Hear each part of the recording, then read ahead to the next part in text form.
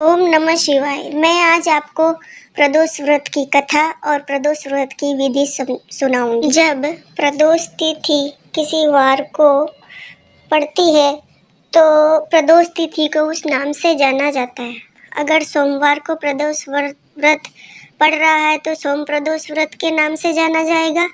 वहीं रविवार के दिन अगर प्रदोष व्रत पड़ रहा है तो रवि प्रदोष व्रत के नाम से जाना जाएगा।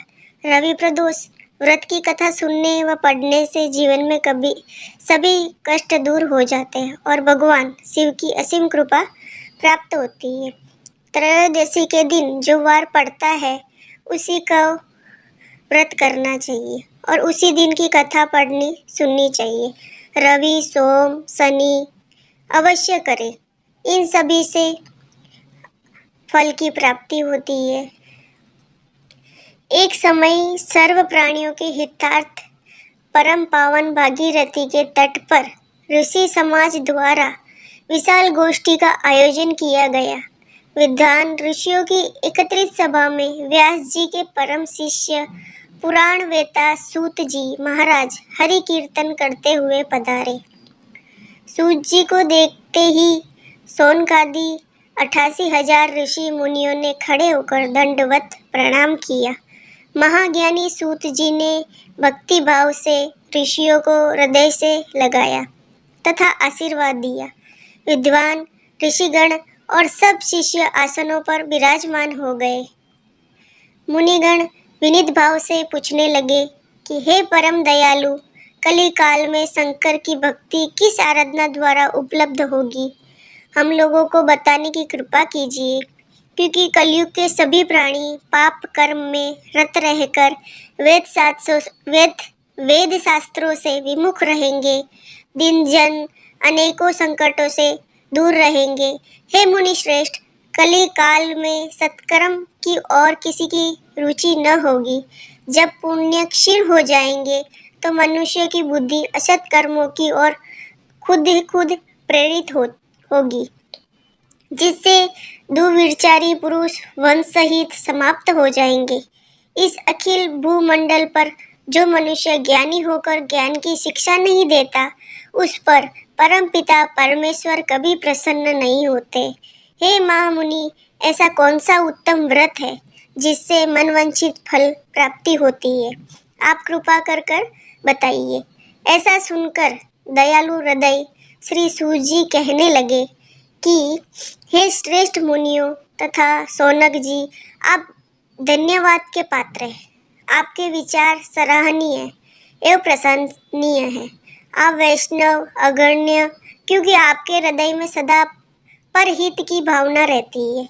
इसीलिए हे सोनकादि ऋषियों, सुना, मैं उस व्रत को तुमसे कहता हूँ जिसके करने से सब पाप नष्ट हो जाते हैं। धन वृद्धिकारक, दुख विनाशक, सुख प्राप्त कराने वाला, संतान देने वाला, मनवांछित फल प्राप्त कराने वाला यह व्रत तुमको सुनाता हूँ, जो किसी समय भगवान शंकर ने सती जी को सुनाया था और उसने प्राप्त यह परम श्रेष्ठ उपदेश मेरे पूज्य गुरुजी ने मुझे सुनाया था, जिसे आपको समय पाकर शुभ बेला में मैं सुनाता हूँ। बोलो उमापति शंकर भगवान की जय।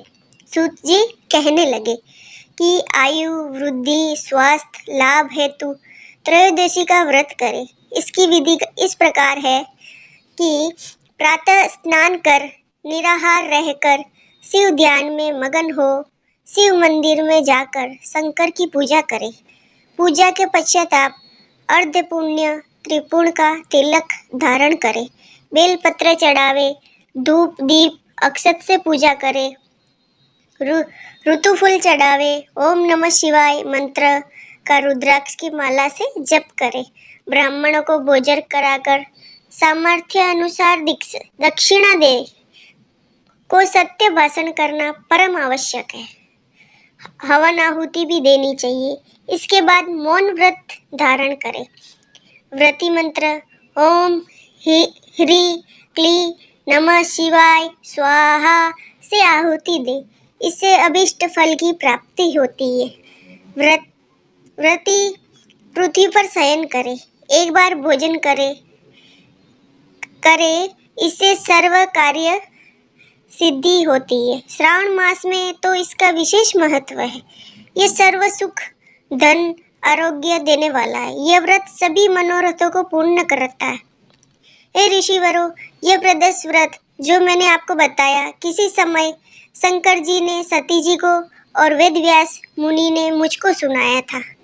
सोन कादि ऋषि बोले, हे पूज्यवर महामते, आपने यह व्रत परम गोपनीय, मंगलप्रद, कष्ट निवारक बतलाया है। यह बताने का कष्ट करे कि व्रत किसने किया और उससे क्या फल प्राप्त हुआ। तो रवि प्रदोष की यह कथा है कि श्री सूत जी बोले, हे विचारवान ज्ञानियों, आप शिव के परम भक्त हैं। आपकी भक्ति देखकर मैं व्रती पुरुषों की कथा कहता हूँ। एक गांव में अति दिन ब्राह्मण निवास करता था। उसकी साध्वी स्त्री प्रदोष व्रत किया करती थी। उसे एक ही पुत्र रत्न था। एक समय की बात है, वह पुत्र गंगा स्नान करने के लिए गया। दुर्भाग्यवश मार्ग में चोरों ने उसे घेर लिया और वे कहने लगे कि हम तुम्हें मारेंगे नहीं, तुम अपने पिता के गुप्त धन के बारे में हमें बतला दो। बालक दीन भाव से कहने लगा कि बंधुओं, हम अत्यंत दुखी दिन हैं, हमारे पास धन कहाँ है। तब चोरों ने कहा कि तेरे इस पोटली में क्या बंधा है। बालक ने निसंकोच से कहा कि मेरी माँ ने मेरे लिए रोटियां दी है। यह सुनकर चोरों ने अपने साथियों से कहा कि साथियों, यह बहुत ही दीन दुखी मनुष्य है, अंत हम किसी और को लूटेंगे। इतना कहकर चोरों ने उस बालक को जाने दिया। बालक वहां से चलते हुए एक नगर में पहुंचा। नगर के पास एक बरगद का पेड़ था। वह बालक उसी बरगद के वृक्ष की छाया में सो गए। उसी समय उस नगर के सिपाही चोरों को खोजते हुए उस बरगद के वृक्ष के पास पहुंचे और बालक को चोर समझकर बंदी बनाकर राजा के पास ले गए। राजा ने उसे कारावास में बंद करने का आदेश दिया। उधर बालक की माँ भगवान शंकर जी का प्रदोष का व्रत कर रही थी।